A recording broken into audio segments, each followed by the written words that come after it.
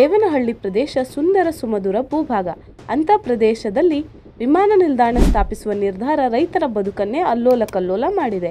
ದೇವನಹಳ್ಳಿ ಬೆಂಗಳೂರು ನಗರ ಹೊರವಲಯದಲ್ಲಿರುವ ಪ್ರಮುಖ ಪಟ್ಟಣವಾಗಿದ್ದು, ಕಳೆದ 2 ದಶಕಗಳಿಂದ ಭೂಸ್ವಾಧೀನ ಚಟುವಟಿಕೆಗಳಿಂದ ಹೆಚ್ಚು ಸುದ್ದಿಯಲ್ಲಿದೆ. ಬೆಂಗಳೂರು ಅಂತಾರಾಷ್ಟ್ರೀಯ ವಿಮಾನ ನಿಲ್ದಾಣ ನಿರ್ಮಾಣದ ನಂತರ ದೇವನಹಳ್ಳಿಯ ಭೂಮಿಯ ಮಹತ್ವ ಬಹುಪಟ್ಟು ಹೆಚ್ಚಾಗಿದೆ. ಇದರಿಂದಾಗಿ 16,000 ಎಕರೆ ಭೂಮಿಯನ್ನು ಸರ್ಕಾರವು ವಿಭಿನ್ನ ಯೋಜನೆಗಳಿಗಾಗಿ ಭೂಸ್ವಾಧೀನ ಮಾಡಲು ತಯಾರಾಗಿತ್ತು.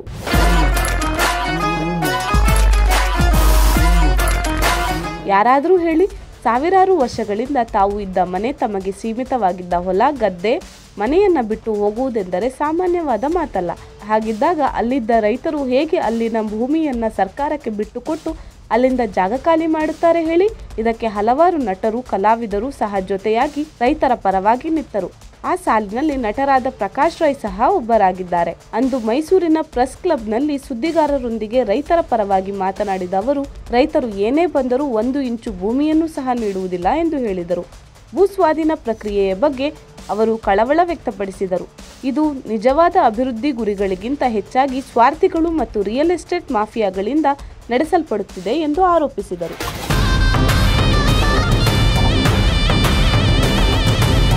ಇದೆಲ್ಲದರ ನಡುವೆ ರೈತ ಹೋರಾಟಗಳು ಭುಗಿಲೆದ್ದು ಸಾಲು ಸಾಲು ಹೋರಾಟಗಳೇ ನಡೆದವು. ಹವಾಮಾನ ಬದಲಾಗುತ್ತಿದೆ. ರೈತರ 100 ದಿನಗಳ ಹೋರಾಟದ ಫಲವಾಗಿ ಕರ್ನಾಟಕ ಬಹುನಿರೀಕ್ಷಿತ ಭೂಮಿ ಕಬಳಿಕೆ ಆದೇಶವನ್ನು ರದ್ದುಗೊಳಿಸಿತು. ಇದು ರಾಜ್ಯದಲ್ಲಿ ಭೂಮಿ ಹೋರಾಟದ ಇತಿಹಾಸದಲ್ಲೊಂದು ಮಹತ್ವದ ತಿರುವಾಗಿದೆ. ಬೃಹತ್ ನಿರ್ಮಾಣ ಯೋಜನೆಗಳ ಹೆಸರಲ್ಲಿ ರೈತ ಭೂಮಿ ಪಡೆದುಕೊಳ್ಳುವುದು ಸಾಮಾನ್ಯ. ಆದರೆ ದೇವನಹಳ್ಳಿ ರೈತರ ಹೋರಾಟ ಇದಕ್ಕೆ ತಡೆ ನೀಡಿದೆ.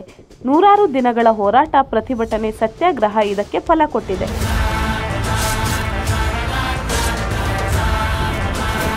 2012ರಿಂದಲೇ ದೇವನಹಳ್ಳಿಯಲ್ಲಿ ರೈತರ ಆತಂಕ ಶುರುವಾಯಿತು.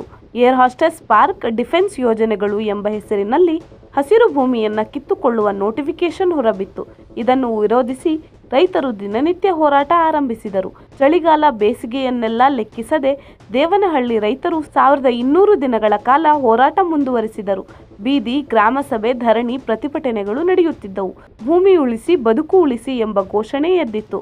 ಆದರೆ ಈಗ ಸಾವಿರಾರು ದಿನದ ಪ್ರತಿಫಲ ಎಂಬಂತೆ ರೈತರಿಗೆ ರಾಜ್ಯ ಸರ್ಕಾರದ ವತಿಯಿಂದ ಗುಡ್ ನ್ಯೂಸ್ ಲಭಿಸಿದೆ.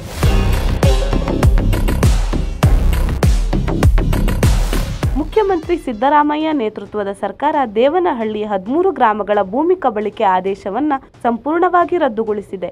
ರೈತರ ಸತತ ಹೋರಾಟಕ್ಕೆ ಸರ್ಕಾರ ತಲೆಬಾಗಿದಂತಾಗಿದೆ. ಇದು ನಮ್ಮ ಜೀವನದ ಹೋರಾಟ. ನಮ್ಮ ಜಮೀನು ಉಳಿಸಿಕೊಂಡಿರುವ ಸಂತಸವನ್ನು ಪದಗಳಲ್ಲಿ ಹೇಳಲು ಸಾಧ್ಯವಿಲ್ಲ. ದೇವನಹಳ್ಳಿ ರೈತರಿಗೆ ಇದು ಪುನರ್ಜನ್ಮದಂತಿದೆ. ಈ ಬೆಳವಣಿಗೆ ಭೂಮಿ ಹಕ್ಕುಗಳ ಹೋರಾಟ ದೇಶಾದ್ಯಂತ ಚರ್ಚೆಗೆ ಕಾರಣವಾಗಲಿದೆ. ಅಭಿವೃದ್ಧಿ ಯೋಜನೆಗಳು ರೈತರ ಬದುಕಿಗೆ ಧಕ್ಕೆ ತರಬಾರದು ಎಂಬುದಕ್ಕೆ ದೇವನಹಳ್ಳಿ ಮಾದರಿಯಾಗಿದೆ. ದೇವನಹಳ್ಳಿ ಹೋರಾಟ ರೈತರ ಭೂಮಿ ಉಳಿಸುವ ಹಕ್ಕಿನ ಮಹತ್ವವನ್ನು ಮತ್ತೆ ನೆನಪಿಸಿದೆ. ಹಸಿರು ಪರಂಪರೆಯ ಉಳಿವಿಗೆ ರೈತರ ಈ ಹೆಜ್ಜೆ ಮಹತ್ವದ್ದಾಗಿದೆ. ಇದೇ ರೀತಿಯ ಹೋರಾಟಗಳು ಮುಂದುವರೆದರೆ ಸಾಕಷ್ಟು ಪ್ರಮಾಣದ ಹಸಿರು ಭೂಮಿ ಉಳಿದುಕೊಳ್ಳುವುದರಲ್ಲಿ ಸಂಶಯವಿಲ್ಲ.